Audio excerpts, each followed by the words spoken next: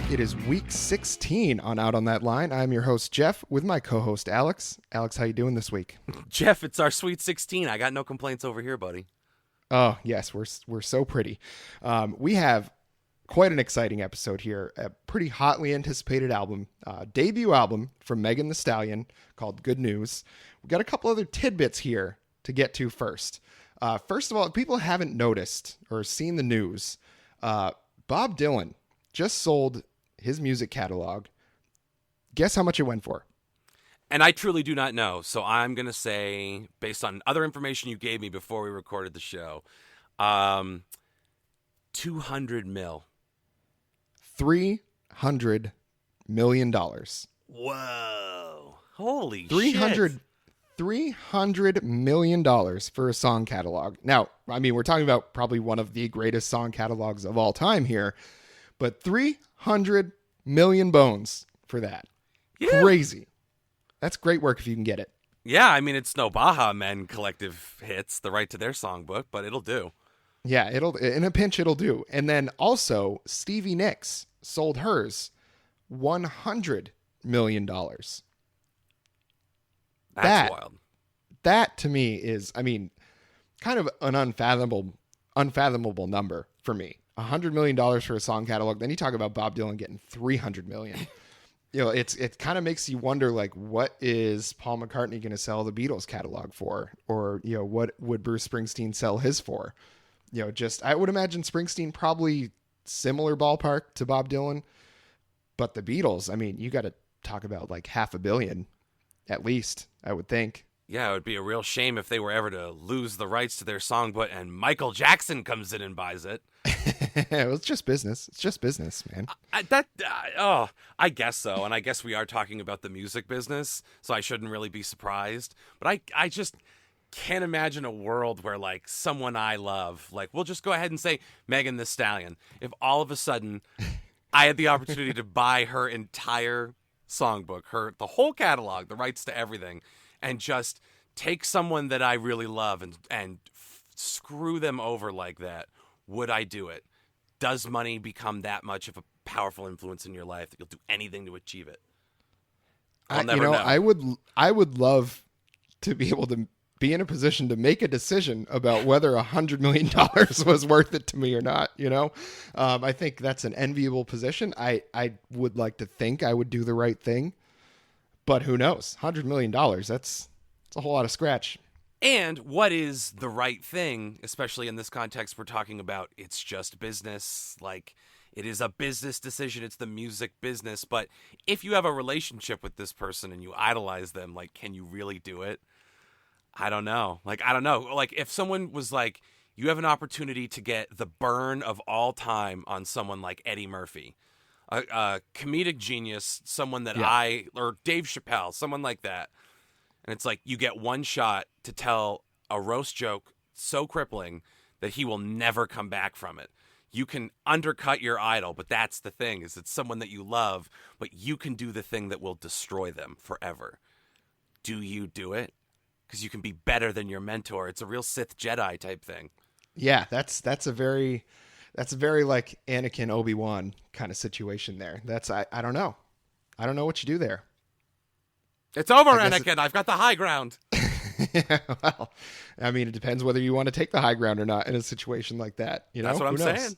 Yeah, who knows? I'm going to go ahead and say I would like to think I'll do the correct thing there, the morally correct thing. You know, whether you want to say, you know, if you're morally bankrupt, the correct thing is going to be, you know, take that money and run. But, you know, the morally correct thing, I think, is going to be, you know, let them have their art. Or maybe you can negotiate and say, you know, I could do this to you, but if you pay me like a cool $25 million, I won't. I was just about to say, buy it and then sell it back to them for a huge markup. Yeah, like, oh yeah, buy it for $100 million, sell it back to them for like $250. You know?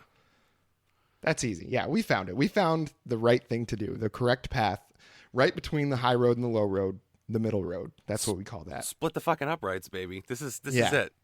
Yeah, that's good. I'm glad we were able to come to that decision. And if anybody does want to sell us their song catalog, you know, I don't think between us we have quite $100 million, but we could try to to drum up those funds. Yeah, we'll sure act like we've got that kind of money. Don't you worry about that.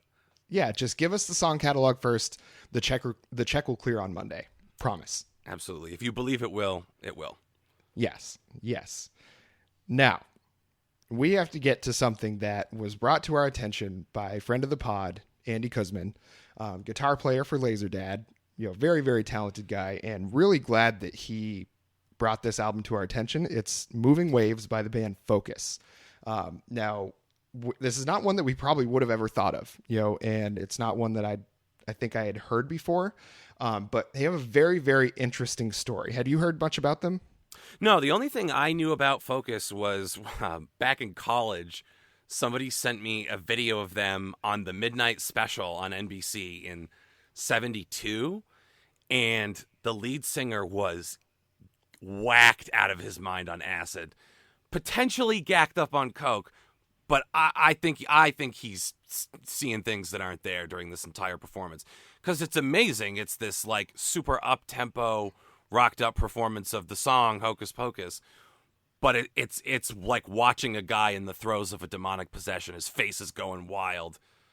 It's like the world's like craziest vinegar strokes. It was pretty wild. That's a good way to describe it. Yeah, but really overall, just really pretty incredible album. If folks haven't heard of the band Humphreys McGee, this was the first iteration of that band. So if you're familiar with Humphreys McGee, kind of jam band extraordinaires, Focus was the original iteration. So it's all the same original band members. They just decided at one point, I think they went to like Dublin, had an epiphany, and decided, we're going to rename ourselves Humphreys McGee. Maybe it was a guy they met there. I'm not sure. But they back in the 70s when they started, they really kind of kicked off that jam band movement. The first song, Hocus Pocus, first of all, the music is great. The guitar is incredible in this one. Lyrically, it's just about perfect. Yeah, I wouldn't change a syllable if you're asking my opinion.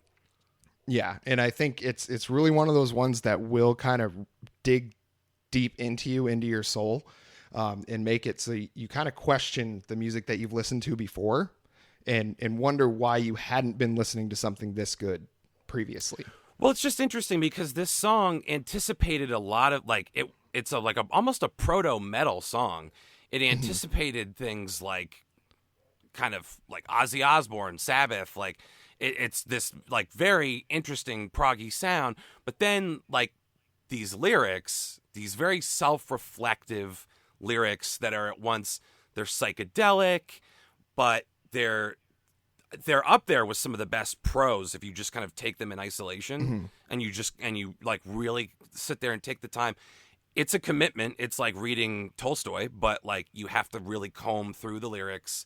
And if you take the time, I promise you will be rewarded by what you find. It's Yes. that good. Yes. And this is one of those things where, if they were to sell their music catalog, I don't think we're talking Bob Dylan numbers. I don't think we're talking even Beatles numbers. I think we're talking into close to the billions, maybe, just with the sheer volume that they came up with, and then even including the Humphreys McGee era of the band. If you include all that, I think you're into the 10 figures pretty easily.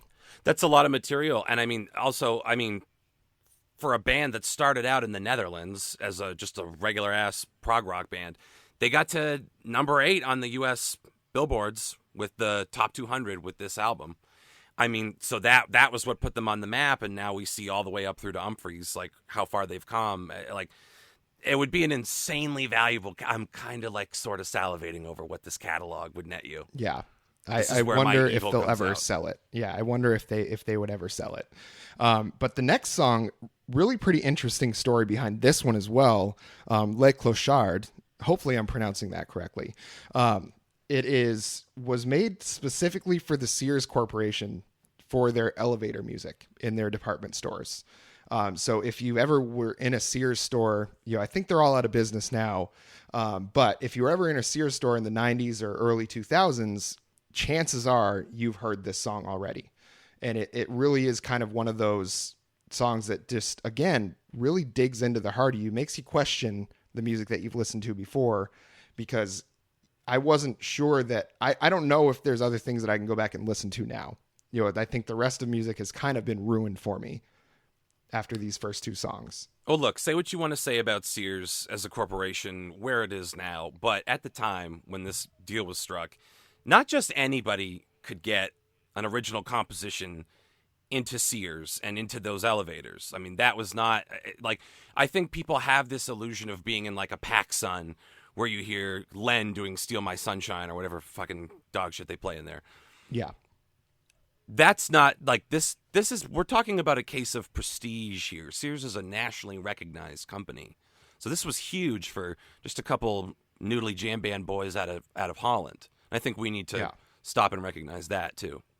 Yeah, nothing got me quite as excited to purchase a lawnmower as listening to this song in the elevator on the way to the lawn floor at a Sears store. Hell yeah, I'd buy a grill if I heard those guys crooning.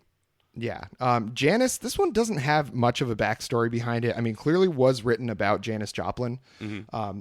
I think 3 or 4 of the band members had an affair with her. I don't know if it was all congruent or if they were consecutive, but it's something that, when you listen to this song, you can really hear the pain that was presented by, dating Janis Joplin. And I think with her drinking problem and their acid problem, the things that just didn't mix very well together.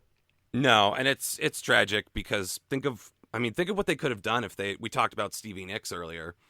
I mean, marry the kind of firepower that Janis Joplin has to what Focus is doing. And I mean, let's just pretend that they're all still around today. Like imagine Humphreys fronted by Janis Joplin. I know she'd be old, but that voice was kind of built to go the distance. So I don't know. Yeah. One of those rare groups that I think would have still been producing into the modern era if tragedy hadn't intervened. Yes. And the next song on here, Moving Waves. Now, lyrically, and I'm including the Humphreys McGee era in this. Lyrically, this is the best that they've ever done. It's one of the, it's fitting that it's called Moving Waves because it's a very moving song. Mm-hmm. It was covered later by another kind of songbird of our generation, Mark Gormley. And it really, it became an anthem, and I think when people look at that song, it really kind of encapsulates the moment that it was created. And it really is it's an experience more than a song. Yeah. It captured the spirit of the moment more than any song since I think maybe the material off of the Beach Boys' Love You. The way that Brian Wilson was, again, anticipating trends, but writing about the current moment and writing about himself. You have a lot of that on this song, and I think a lot of people are probably going to be familiar with the Mark Gormley version. It's pretty ubiquitous. It's like Mississippi Queen at this point. Yeah. Like you've heard it, and if you don't know you've heard it, your brain knows you've heard it. But I would encourage people to go and listen to the original version of it. It's, I dare say, superior. Yes. Yeah. And speaking of superior, the next song, Focus 2, somehow was better than Focus 1. Figure that somehow one out. How that was able to happen, because previous to this, I don't think I'd ever heard a song better or really experienced anything at all. Songs, life, otherwise. I've never experienced anything quite as good as Focus 1. And then Focus 2 was just, I kind of felt like whatever, acid that they were doing, I felt like it was coming through the speakers, and that the sort of experience I was having and the sort of pictures that it was drawing in my mind for me was just unlike anything I've experienced before in music. It's an insanely rich tapestry. And you look at something like, the first time I heard it, I was like, oh God, okay. So it's a band called Focus with an album called Focus, and there's a title track, so there's this song called Focus. I'm going to hate this. This is like a Bad Company situation. Yeah. But it blew me away. And I knew at that point, I was like, that's their pinnacle. And the problem for this band is they are going to be chasing that dragon. We want to continue our like acid and drugs metaphor. They will be chasing that high for the rest of their careers. That's probably what's going to lead to their early disbandment and demise. I thought we were looking at like the worst case scenario. How do you top that? And then I found this album and Focus 2. And, some people, I guess, can peak twice. Yeah, it's like, that saying, the brightest lights burn out the fastest. And, when you heard Focus, you were like, oh no, there's only how much more creativity is there left in the tank there. But then you hear Focus 2 and you realize that they're really just a forever comment. They're forever going to be in the night sky. Whenever you need them, they'll be there. As reliable as a GM truck, they will be there. Yeah. Yeah. I mean, and with a little bit of tweaking and massaging there, those could very well have been lyrics from the song. That was beautiful, Geoff. Yes, thank you. The last song that finishes it up is a song called Eruption. Now, this is a cover of the Van Halen song Eruption, totally reimagined. So you're going to hear it and you're going to be like, wait, this is a cover? But then when you really listen, and I mean really, really listen, you're going to hear the complete and total inspiration for Eddie Van Halen's guitar playing here in this song. It really is an incredible piece of music. Yeah, it's the Dutch Eruption, baby. There's nothing like it. Yeah, and that's not, people might think the Dutch Eruption references something else a little more nefarious, that people might do behind closed doors. But, here it's one of the most beautiful, moving pieces of music that I've ever listened to. Yeah, and I mean, to think of do you know the backstory behind this song at all?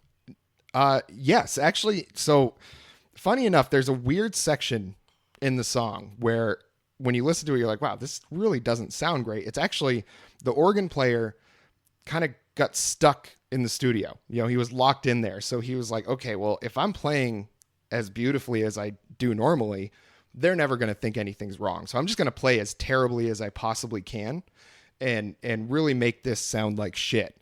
So that maybe someone will be like, oh, there must be something terribly wrong. Maybe he's had a stroke or something. Let's go get him out of there. And that's kind of where this came from. And they didn't get to him quite fast enough. And you'll hear when you listen to the guitar part of the song and the guitar solos, he actually fell onto the guitar and broke it, but it was plugged into the amp. So that's what you're hearing is kind of this really strange kind of space rock that he played with his butt, because that's where he fell onto the guitar.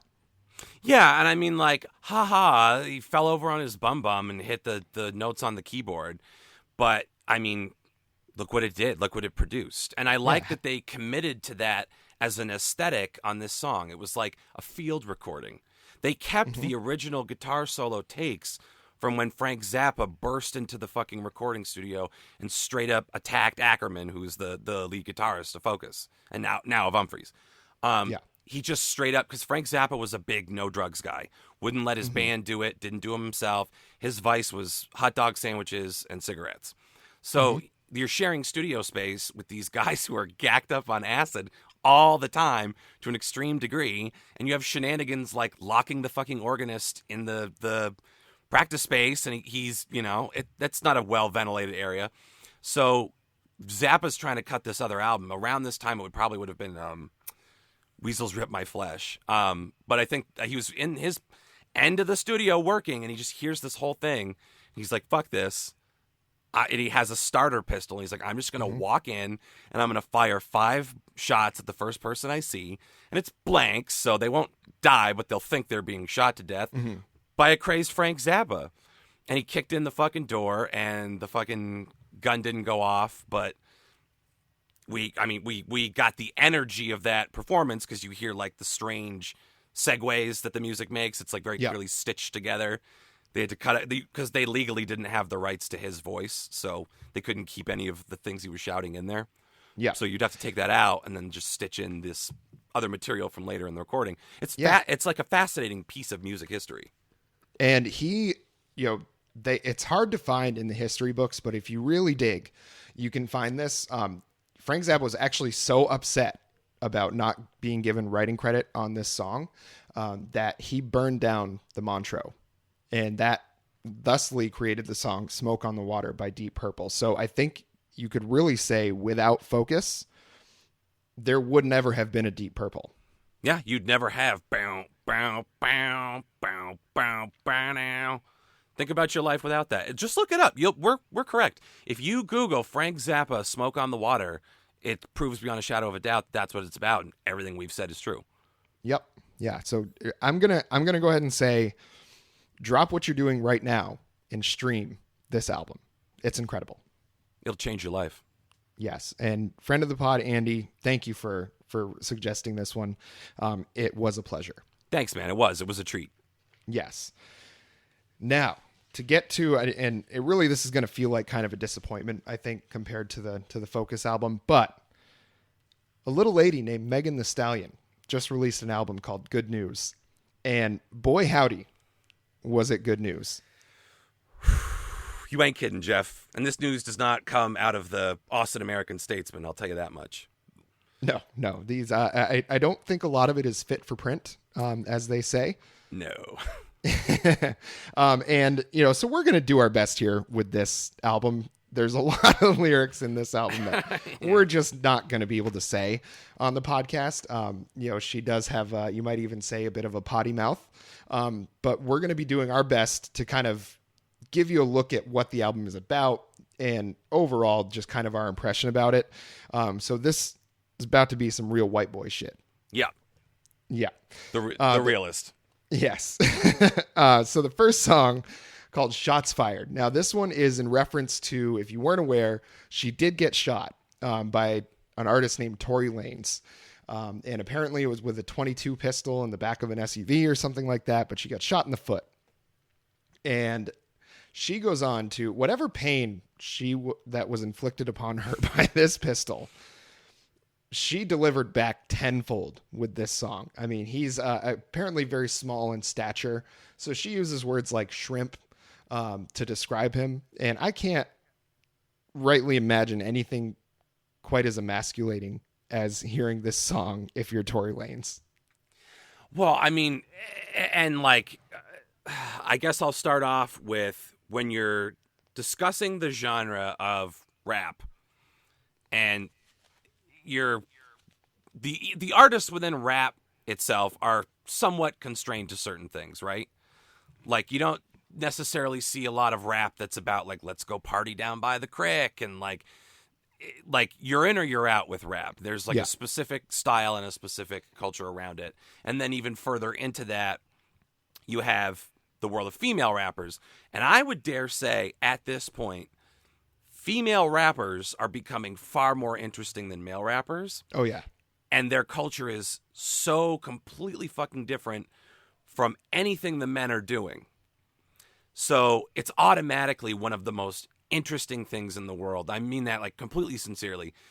Mm-hmm. It's super interesting to look at what they're doing. Someone like Doja Cat, Nicki Minaj, Megan Thee Stallion, there's a lot that you can get out of this if you just engage with the album. So like, I think people have a tendency to be like, oh, well, it's, Nicki Minaj is on the radio and is super popular. Like, who gives a shit? Like, if you're kind of a music snob, you might not give this one a look. Yeah. But I highly suggest that you do. Specifically because a song like Shots Fired is so fucking brilliant, because she discusses the shooting, which everybody wants to know about. She gets it right out of the way off the top, because she's like, this isn't going to define the rest of what I've got to say on the album. So fuck you. This is all you get on the matter. I will eviscerate him, because that's what I do best. And I'm also going to do this brilliant, insidious thing where I put him in a song that's not just about him. It's about the injustice perpetrated on black women everywhere. Specifically going to name drop Breonna Taylor, and how there's no justice for her. The men who killed her have not been brought to justice. And I'm going to talk about them in the same breath that I'm talking about the guy that shot me in the foot.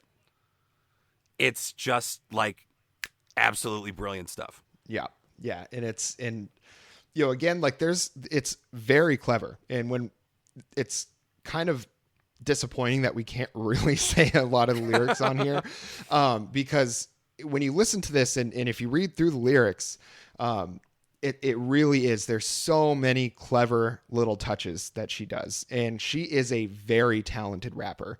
A lot of people, look at female rappers as kind of a gimmick, because they focus so much on style and they focus so much on being a celebrity and that kind of stuff. But what you need to look at is the reason that they're so famous, a Cardi B or Nicki Minaj or a Doja Cat or Megan Thee Stallion, is because they have real, true, legitimate knockout talent for this music. And when you listen to Megan Thee Stallion, this is one of the better debut albums I think that has come out in recent history, because top to bottom, I don't think there was any song that I was disappointed with or that I would have considered skipping. I know we're going to focus on certain ones because, there's 17 songs on it and it'd be a 2.5 hour podcast if we went through every single one.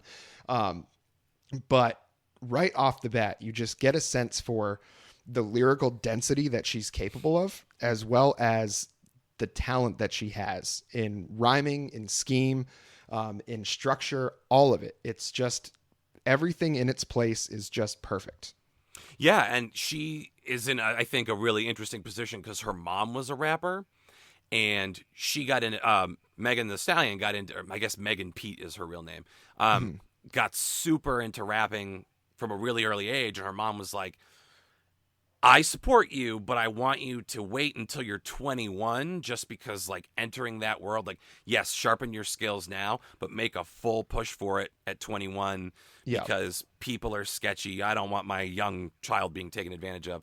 So it sounds like she had a talented, supportive mom who helped her hone her craft, and she obviously had an innate talent for it because she went viral she's 25. She went viral at 15 for beating other dudes in these rap battles. She would just rap circles around them. So she's like, she really is kind of a singular talent. It's interesting. Yeah. Yeah. And really, as an opener, you're not going to find many better songs than this one. I mean, I would put this right up there with like Ether, with Who Shot Ya, Hit 'Em Up. I was just going to say. Like any of those classic battle rap songs, this goes right there alongside all of those, because I can't imagine being Tory Lanez the first time you hear this song. And what do you even say? Every bit of you, she tore down to the barest sense. Like, it's just ridiculous how much she eviscerated him in this song. You're gonna have to take it up with the rest of the Lollipop Guild at that point. Yeah, bad news for him. The next song, Circles, has a really great sample. The beat is really good, and this one, I kind of get a sense of how great a voice she has for this, for this sort of music.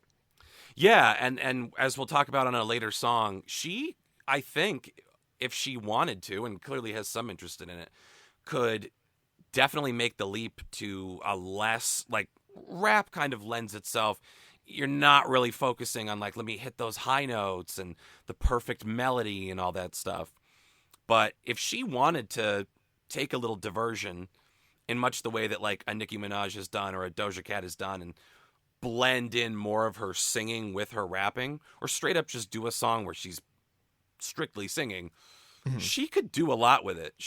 There's a voice in there too, not just a voice in the abstract sense, like her sense of style and the way she carries herself and how she writes, but like the way that her voice sounds. There's something interesting in there too. Yeah, absolutely. And the next song she does, Cry Baby, with DaBaby, who is also kind of, current, very, very popular rapper and very talented in his own right. This one is it's a graphic one. This is one of those ones that we're not going to quote from on the pod here. Yeah, I wrote down next to this one, well, it would seem Miss Megan has a very active sex life. Yes, I think that would be a fair assumption. As well as with the next song that she does with City Girls, who are also Houston rappers, where Megan Thee Stallion is from, and they collaborate quite a bit. I think they kind of came up together, and did shows together, stuff like that. So they're very familiar with each other. And this is another one that is quite a graphic song. Yeah, do it on the tip. And just the thing about this is Crybaby was a little more, I don't want to call it throwaway, but it didn't necessarily take a super, like, nuanced perspective of her sex life, I think. But with something like Do It on the Tip, she kind of explores more what it's like to be a female rapper who's talking about her sexuality, because it's way different, as we'll talk about in many things, especially the next song. It's one topic that's completely different for men and women in rap. So like men in rap can be like, yeah, I'm like suddenly super bashful about like what I want to say and not say. I'm like, this is the pod where I decide to keep it PG. So I'll try to do like a super PG'd up version of rap, but basically like I went out and I saw a girl who was super hot to me and I definitely hooked up with her later. Just imagine me saying real graphic shit that you've heard. Yeah. Anatomical stuff. But like But like that's the thing is like I guess to like make my point, a male rapper can sing about like, you know, go out and get the pussy kind of thing. Yeah. And it's seen as this dominant move, and it's how you prove that you have any kind of fucking cred in the game is how many women you sleep with and how much they love it. And so Megan Thee Stallion on the flip side is just like, your ego is involved in it. That's fine. But, like, your ego's involved in it from a place of insecurity. My ego comes into play because I'm the best there is, the best there was, and the best there ever will be. And that's a Garen goddamn T. So let's do this fucking thing. And I just love the confidence that she comes through on this one. Yeah, I love the Bret Hart reference on that one, too. Yeah, you're welcome. Well done. The next song, Sugar Baby. Now, this one lyrically, again, is quite graphic. But I wanted to specifically mention this one because the beat and the synth line are just incredible. Musically, this song just sucks me right in. I will absolutely be going back to this song multiple times because it is an absolute jam, the way they put this one together. The producer is hell of a beats, and it seems like this is kind of his style, and it's really good. It's just that kind of really got that poppy dance music kind of vibe to it, but just very pretty aggressive lyrics. Like you would expect from Megan Thee Stallion at this point on the album. Yeah. No, it was like musically great, super aggressive lyrics. But again, I love that like a male rapper, if he's singing about his wealth, is bragging about his wealth, he's peacocking. It's to attract women to him. Yeah. Look at everything that I have. Look how much I spent on this or that or the other thing. And Megan Thee Stallion is basically, it's just like talking about all the money she's going to spend on his behalf. Like how much of that money that he makes she's going to take, has plenty of her own, but it's just financial domination. Yet another fucking pseudo-sexual kink where it's like he's going to brag about what a big man he is. Or to quote Nicki Minaj, you can be the king, but watch the queen conquer. Yep. So she's just going to come in there and be like, I've got my own shit, but if you insist on these gender roles where you flash a bunch of money and I'm supposed to be impressed, why don't you impress me to the tune of a new Xbox? Yeah. And she says, you know, specifically, oh, you want to see my nails when they done? Shit, pay for them. Yeah. I fucking love it. Yeah. It's just very, and she's also very clever. Like not only just at scheme and rhyme and things like that, but she's funny. Like her line, she has lots and lots of punchlines on this album. And they like, I catch myself laughing quite a bit through the whole thing. It's just great. Yeah. The humor makes all the difference because someone like Nicki Minaj can be hella confrontational. So can Cardi B, where like you almost feel a little threatened listening to the music sometimes. Yeah. And then like Doja Cat doesn't take herself seriously enough sometimes. And Megan Thee Stallion is like right in the pocket. Yeah. She knows when to like throw in a fart reference to a song. And then she also knows when to be like, no, this is serious time. I'm talking to you. Shut up.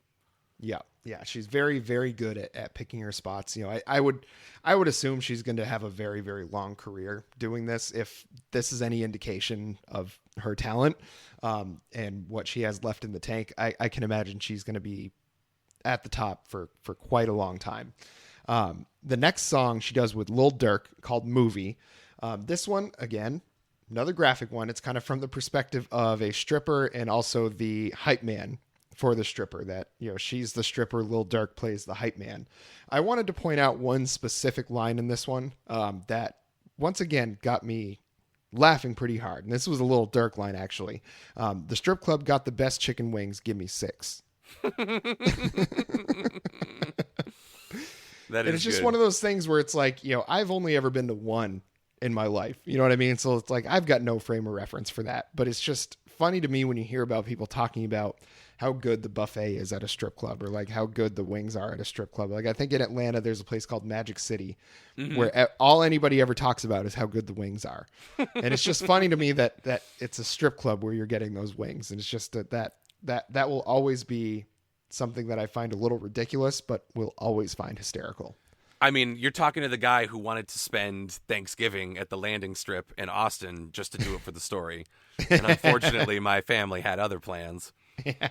Damn them. I wonder if it would be at all similar to the Friday Night Lights landing strip. I'm sure it's not. I know at that point, I think that was the year your dad came in for Thanksgiving. Yeah. And I just looked at Rory and I was like, the two of us should just not go home for Thanksgiving and go to the landing strip and eat turkey there. I would assume they're going to have some kind of spread.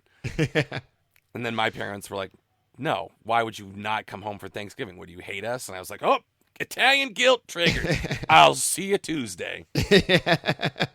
Yeah, I remember my dad came down. We made the Thanksgiving dinner.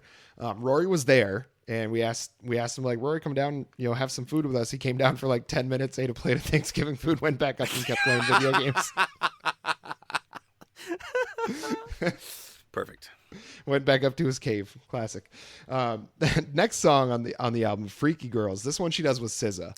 This one has much more of a, gets into kind of like the R&B vibe. Obviously with SZA on there, that's where it's going to kind of head. Again, very, very graphic song. But it's got a very West Coast beat to it. Like those old Snoop Dogg, Dr. Dre albums, just that very kind of woo, woo, like that kind of synth line in there. And, apologies to the listeners for that. But, just to give you the idea of what kind of beat it has to it, very good song. Yeah. And have you ever listened to SZA's album Control? Yes. Yeah. It's really fucking good. You talk about that West Coast sound on there. Funny thing about that album, too, she's such a perfectionist and did so much tinkering with the album that the release kept getting like pushback and pushback and pushback. Mm-hmm. Finally, the record label showed up and were like, we're taking your fucking hard drive. The album's done. They basically had to like pry it out of her like cold, panicked hands. She was just that into what she was doing. So that's like a tandem recommendation. Go listen to Good News by Megan Thee Stallion. Listen to Moving Waves by Focus, but listen to Control, CTRL, by SZA, SZA. Wow, that sounds like some Eddie and the Cruisers, like Seasons in Hell kind of shit. Right. Yeah. Right. The next song, Body. Now, this one, I think other than Savage, is the biggest hit from the album so far. And it is a bop, an absolute bop. This one, is completely in celebration of, Megan Thee Stallion's already talked about how she loves having sex. She's really good at it. But if that is the Ferrari, right? Her sex is the car. Yeah. Her body is the engine. And this is all about her singing the praises of her body and what she can do with it. And I just got to say, and I'll try not to be a fucking pig about it, she's real easy on the eyes, this Megan Thee Stallion. I would not kick her out of the marital bed for eating cookies. And that's all I have to say on the matter. She's lovely. Yes. She is quite a good looking lady. Don't worry, fiance of the pod Marla, still love you. Don't worry. Yeah, I'm moving in on the stallion. Don't worry. I've got it covered. Yes. He's going to marry Casey Musgraves first. The stallion can be your second wife. I like it. Ooh, the stallion could be your second wife. Yeah. Vinny, start recording. I got a hit song. The next song is one, it's called What's New. And this is one I wanted to specifically bring up because, I don't listen to a ton of rap these days, certainly not as aware of it as I used to be. But I did used to listen to a whole lot, with DMX, Dr. Dre, that kind of mid to late 90s into the early 2000s era. G Unit, Young Buck, all these people that really had very, very aggressive music was really the style of rap that I really enjoyed listening to. I don't know who is a great battle rapper these days, but she has got to be somebody that people probably don't necessarily want to get into a battle with, because it seems like she's just can cut you down to your worst insecurities. Yep. And I honestly would love to go back and see if there's any old footage of her in like rap battles, because I bet it is a sight to behold. She's so goddamn quick. Yeah. Yeah, and I can't even, and with the sheer amount of, the lyrical density on the album leads me to believe that she's able to come up with a lot of stuff just right off the top of her head. So that if it was a real, like a freestyle kind of battle, she'd probably be just fine, just as easily as she would be if it was a recorded song that she then released. Yep. I don't think there's any venue where I would want to consider stepping in if it was on the opposite side of where she's at. No, I politely declined. If she needs a date to the cinema, I'm there. If she wants to fight in the battle rap arena, no. I don't need to be humiliated like that. Yeah, she can find another Patsy, that's for sure. Yeah. Next song is Work That. Now, this one surprised me because as I'm going through the lyrics, I try to take a look at if, she had somebody else write it, if it's cover, I try to take a look at the credits and see what's what with this. And I see the name R. Kelly on this. Mm-hmm. And if people aren't aware of R. Kelly, he is a massive piece of shit, has a laundry list of sexual assault allegations, even so far as like basic, like sex trafficking, almost enslaving girls, like psychologically and stuff, like very, very bad dude. So when I saw his name on here, I was like, what is he doing on this album? And it's got to be just like a musical sample or something that they use for this. But man, oh man, was I a little worried for a bit. Yeah, and I think it's the kind of thing where I don't think what do I know? I'll know her better someday when we're married, but I don't presume to know her thoughts on R. Kelly, but I would assume from what you can gather from this album, she doesn't suffer fucking fools like that, and she's got other women's back. So I don't think she would. And hey, prove me wrong if you can find out what his contribution was. If it was just a sample they used and had to credit him for, like you have to give Gary Glitter credit when you use da-na-na-na, hey, da-na-na-na. So like, if it's that kind of situation, that's what I'm assuming it is. I don't envision a world where she's like, who would be great to get to guest on this song? R. Kelly. Yeah, I just don't. I can't imagine that's something that would happen. At least I hope not. Yeah. The next song is one she does with I guess a legendary dance hall artist, Popcan. Popcon. Yeah. This is just a really wholesome love song. Yeah. Yeah. About daggering on the dance floor. Yeah. There's nothing dirty about it. It's just if you're watching a show from the 50s, or like the Wonder Years when, whatever the kid's name was in Winnie had their first kiss. A song like Intercourse would be the one that was playing in the background for that. Yeah, nostalgic, tasteful. Yeah. Whatever, yeah, exactly. Yeah. The next song is one that I personally love strictly because it has 2 Chainz on it. It's called Go Crazy. I just love 2 Chainz because I don't know if there's a more ridiculous human being in rap music, and just the way that he can put together words, you read them. It's the kind of thing where you read the lyrics and you're like, how does this work? Like, how does this put together? And you hear him sing it, rap it, and you're like, okay, that's exactly how it works. This guy is fucking hysterical every time. Yeah, I haven't really sat under the 2 Chainz tree too extensively. He's one of those guys that kind of like fell into ubiquity for me. Mm-hmm. Like someone like Megan Thee Stallion is going to stand out from a crowd. Someone for me, like I'm trying to think on the men's side of things. I don't know, someone like Lil Wayne, because I remember listening to 6 Foot 7, whatever the fucking song is actually called. And 6 foot, 7 foot. Yeah. Fucking bitch real G's move in silence like lasagna is such a wonderful little nerdy turn of phrase. And I think I've said on the show before, but rappers are the new English lit nerds who just like to play around with their phrasing. And I take notice of stuff like that. And I think, unfortunately, someone like 2 Chainz just like never really made it onto my radar. Yeah. So you'll have to make some recommendations for me.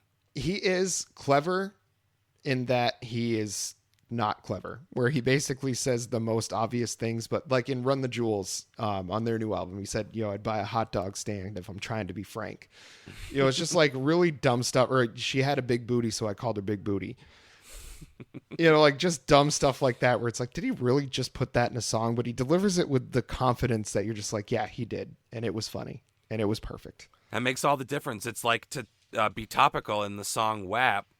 Cardi B has that line where she's like, I want you to hit that little dangly thing that swings in the back of my throat, which, like, compared to other lyrics in the song and other lyrics in the world is, like, pretty much just stream of consciousness. But what's great about it thematically is it's reflective of, like, she's so horny at this point, she can't do words good. So she just has to be like, hit that little dangly thing. Just do it already.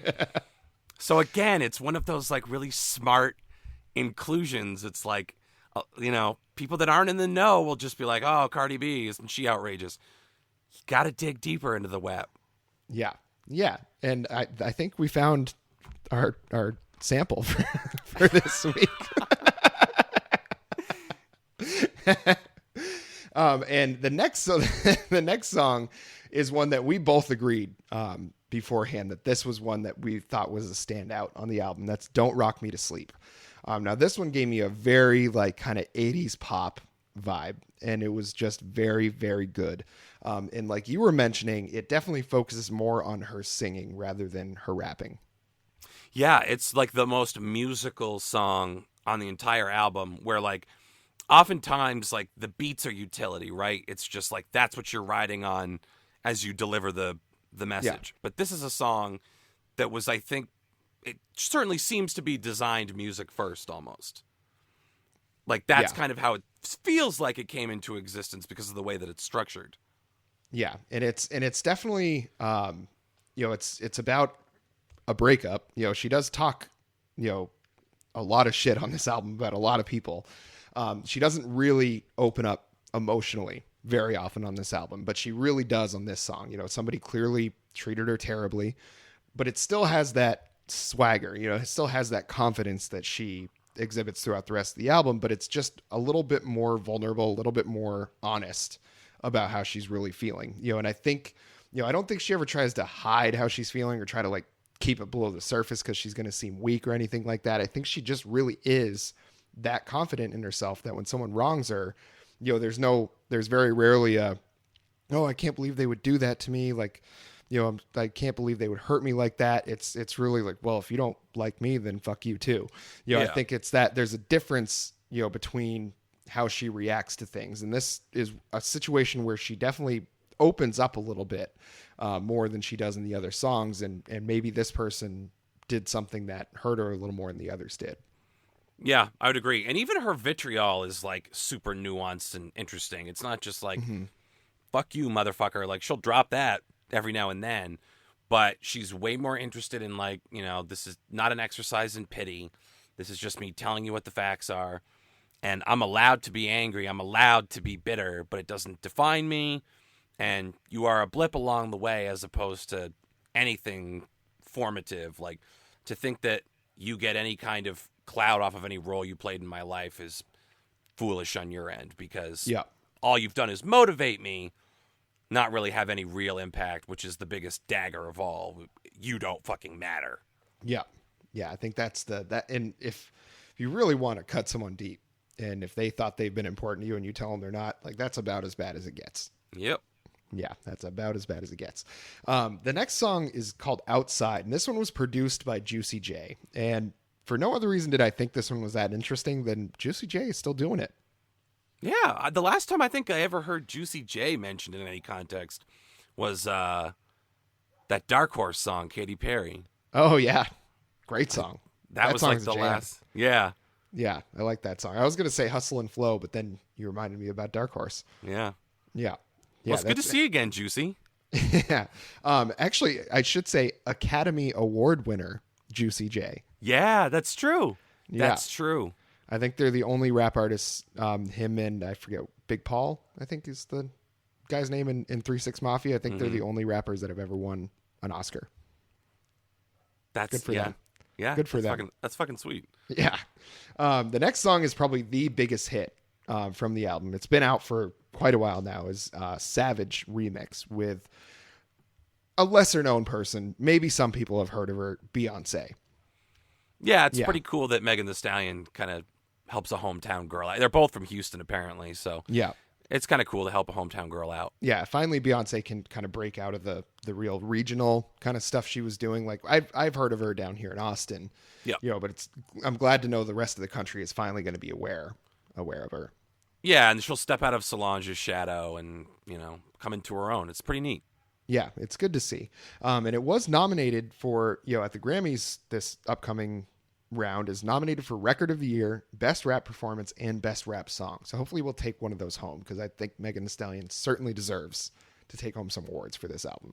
Yeah, in a year where we talked about the bullshit with The Weeknd, and we'll talk more about it when it gets closer to ceremony time. Mm-hmm. Halsey has some conspiracy theories about it, so it's a giant fuck around. The Grammys are a goddamn mess, but they do establish industry tastes.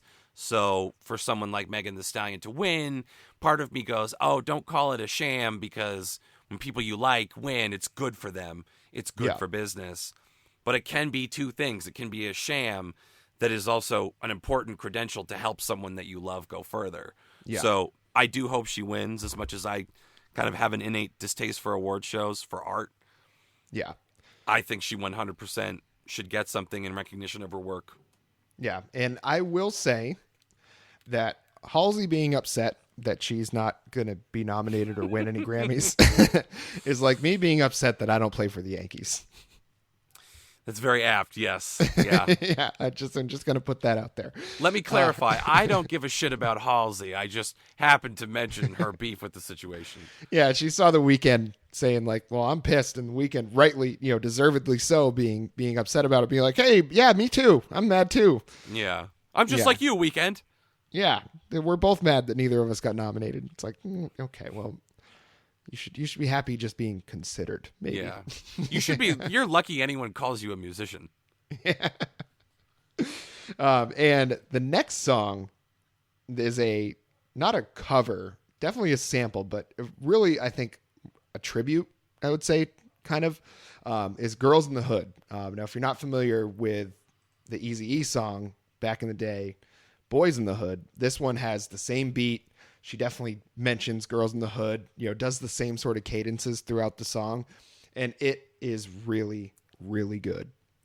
And again, it's the dichotomy we talk about, the male rapper and the female rapper. It's two completely different perspective. It's why this is a smart move to capitalize off of a well-known song to give that antithetical perspective on it. And Eazy-E's daughters were split on this. One of the daughters felt blindsided by the use and didn't really like that Megan Thee Stallion was able to get it when they themselves, who I believe are both recording artists too, they have a hard time licensing their own father's shit. It's just that difficult. And so the one daughter was kind of sour grapes about somebody else having the ease of access to her father's legacy. But the other daughter took a more philosophical approach and was like, hey, this is great for our dad. I mean, 2020 and he's still shining on. So I prefer to look at it as a tribute done by someone more than competent who's doing it out of love. So best case scenario, I would say it's not like it got used in a fucking Arby's jingle. You know what I mean? Yeah. Yeah. And it is really, really good. I mean, the way she delivers it too is you can tell that this is probably music that she grew up listening to, this is not, it's not that this got suggested by her record label. Oh, you should do this song. It's probably that she wanted to, that she's like, I want to pay tribute to the folks that I listened to that kind of taught me how to hone my skills. And Eazy-E, not really known as the greatest rapper of all time by any means. But very well known for the attitude and the style that he brought to, gangster rap in, the late 80s, early 90s, with NWA. And just, his persona was kind of bigger than life. And I think, she pays tribute to that because I think really her persona is kind of getting bigger than life as well, where it's Megan Thee Stallion as a person, I think, is a lot less accessible than Megan Thee Stallion as, kind of a commodity. And I think it's, whether it's fashion or music or, whatever avenue she is interested in, I think her persona is more valuable to people at this point than just her as a person, even though obviously it's her that's the driving force behind all of it. But it's cool to see her kind of just pay homage to the past people that have been doing this. But still, like, in picking this song in particular, you know, it's easy not being the greatest rapper ever. But still, like, the attitude in this song, what this song did, you know, as far as numbers, you know, sales and everything like that. It's like, it was a massive, massive hit. And her taking this on is also pretty ballsy, because if you don't do this song right, you know, it's going to be bad for you, because everybody knows how good the original was. And if you don't do anything even close to that, it's a problem. And she knocks it out of the park. Yeah. I mean, there was the potential to be eaten alive. You know, if this had been a studio decision where they were like, here you go, the label wants you to do this, and they just foisted it off someone who had no love for it, it was going to be the death knell. But since she was in charge of the whole thing, you're right. It's a loving tribute from someone who's a student of the game. Yeah. Very, very good. And a big name in this one that I noticed, Scott Storch gets writing credits on this one. Scott Storch.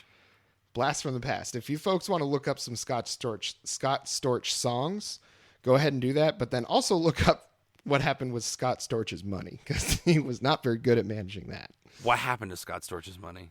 Oh, well, he made tons and tons of money. I mean, he was a big time producer for a while, but he spent way more than he ever brought in, just thinking that it was just, you know, this ride is going to last forever. Like, basically like, oh, I make songs. It's like an ATM. I'll just write another one when I need more money.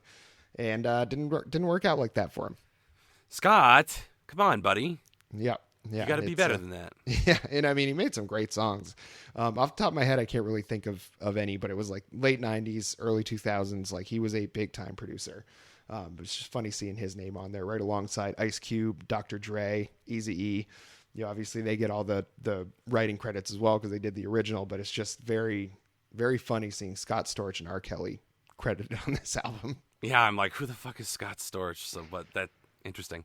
Yeah, I will say, do some research out on that line, listeners. Figure that one out, and it's a pretty funny story of that guy. Well, not funny if you're Scott Storch, but for the rest of us, pretty funny. Yeah. The last song on the album is called "Don't Stop," and this is one she does with Young Thug. And I don't think I've heard of Young Thug. I think he's in that meme. You know, he's like in a recording studio and he's like intently looking down at a computer or maybe a mixing board or something like that. But people are like, and there's a guy sitting behind him, and it's like, oh, it's, you know, when your big brother's helping you do your homework and you're just like sitting there watching him and he's the big brother looking down. I think that's him in that meme. That's about all I know about it. And I can't say I really liked his verse in this one really at all.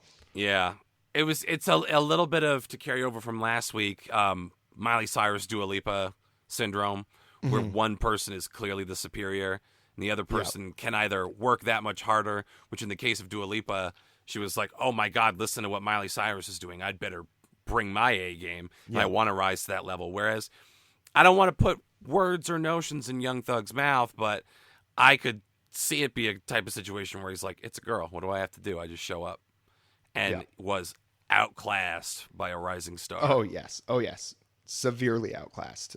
It just was she's better than most people anyway, but when you put her on a song with somebody that, you know, at least like Big Sean and 2 Chainz, you know, held their own, City Girls held their own, you know, Megan Thee Stallion, I think, is just a tour de force of talent right now. And I think hopefully not even at her creative peak yet. Hopefully she's still got tons and tons more to release. But yeah, Young Thug just did not step up to the plate on this one. Yeah, he didn't really hold up his end of the bargain. No. I will say overall, absolutely, positively stream this album 100%. I think this was a really, really incredible debut. If this is kind of, you know, portends what's to come for Megan Thee Stallion, I am very interested in what she does from here on out. It's great. The album is fun as fuck, and if you want to listen to some good rap, you just do it. Like, it's like time to get rid of the qualifier of like, if you'd like to listen to a good female rapper, like, fuck that. If you want to listen to good rap, listen to Megan Thee Stallion. Yeah. And I think, you know, I don't know, again, I haven't listened to like a ton of rap. What I hear is generally what Fiance of the Pod like plays around, you know, and the rap that I listen to will be the stuff that I always used to listen to, like DMX, Eminem, and all the stuff that the rest of us white kids in Vermont would listen to in the late 90s, early 2000s. So I don't know like a ton about it, but Cardi B, Megan Thee Stallion, Nicki Minaj, Doja Cat, they really are leading the industry right now, as far as I know. I know guys like DaBaby and even someone like Tory Lanez, they have their shine as well, but I just don't know how you can be much more talented than Megan Thee Stallion is, and certainly showcased it on this album. Yeah, definitely. And I will say, especially in reference to like Nicki Minaj, a little more established, but Doja Cat, Cardi B, Megan Thee Stallion, certainly, they all have a lot of things in common, and it would be tempting to say, oh, well, they're all being commoditized in the same way.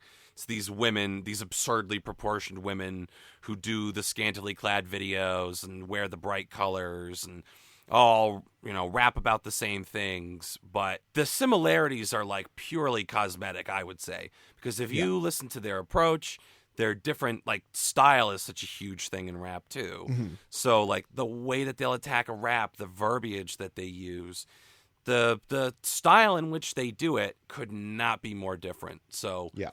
This is one of those things that's worth turning over more stones and seeing what's underneath. Yeah, absolutely. And, I think she's on a bunch of other songs too, with other artists and everything. So it's absolutely worth digging in, finding some other artists that you like to listen to. Cause I think she's also she can be kind of selective about who she works with. She's just kind of like on the rise, a meteor, whatever hyperbole you want to say, it will fit with her because she is that good. Yep. Yeah. All right. So, I think we're right about an hour right now. I think we're right at our target time. So I will say, is there anything else that you would like to add in? I want to talk about real briefly the next couple episodes. Yeah. Because I looked at our release schedule, and so this one will come out, and then whatever we decide to do next will come out the week of Christmas. Then there's 1 week left in the year. And we had talked about doing our best and worst of 2020. Yep. So I'm thinking maybe that, in lieu of an album, should be the last episode of the year. Absolutely. Which means we got to pick one more album to bring the first season of Out on That Line to a close. Yeah. I think, hopefully we'll get some audience submissions. Again, folks, the year is coming to the end. Out on That Line is not. So we're going to do that episode. So just give us the album submissions. We will get to them eventually. I know Andy had requested Focus a couple weeks ago. I hate that it took us that long because, I can't believe I waited that long to listen to that album. But we really do appreciate hearing that. Megan Thee Stallion was a suggestion from Fiancé of the Pod Marla. Miley Cyrus is one that we were anticipating, but I think we've got a good mix so far, and it's definitely almost preferable, when we hear from the audience and they tell us what they want to hear. So we'll have to come up with one for next week. Hopefully we get a submission for that, but I'm sure we'll be able to dig in and find something new that we're both excited about. But if also, if you folks have some best ofs this year or worst ofs, we could do 2 episodes, a little double feature to end the year. Worst of 2020 as well as a best of 2020. Mm-hmm. I think that'd be a fun little game to play.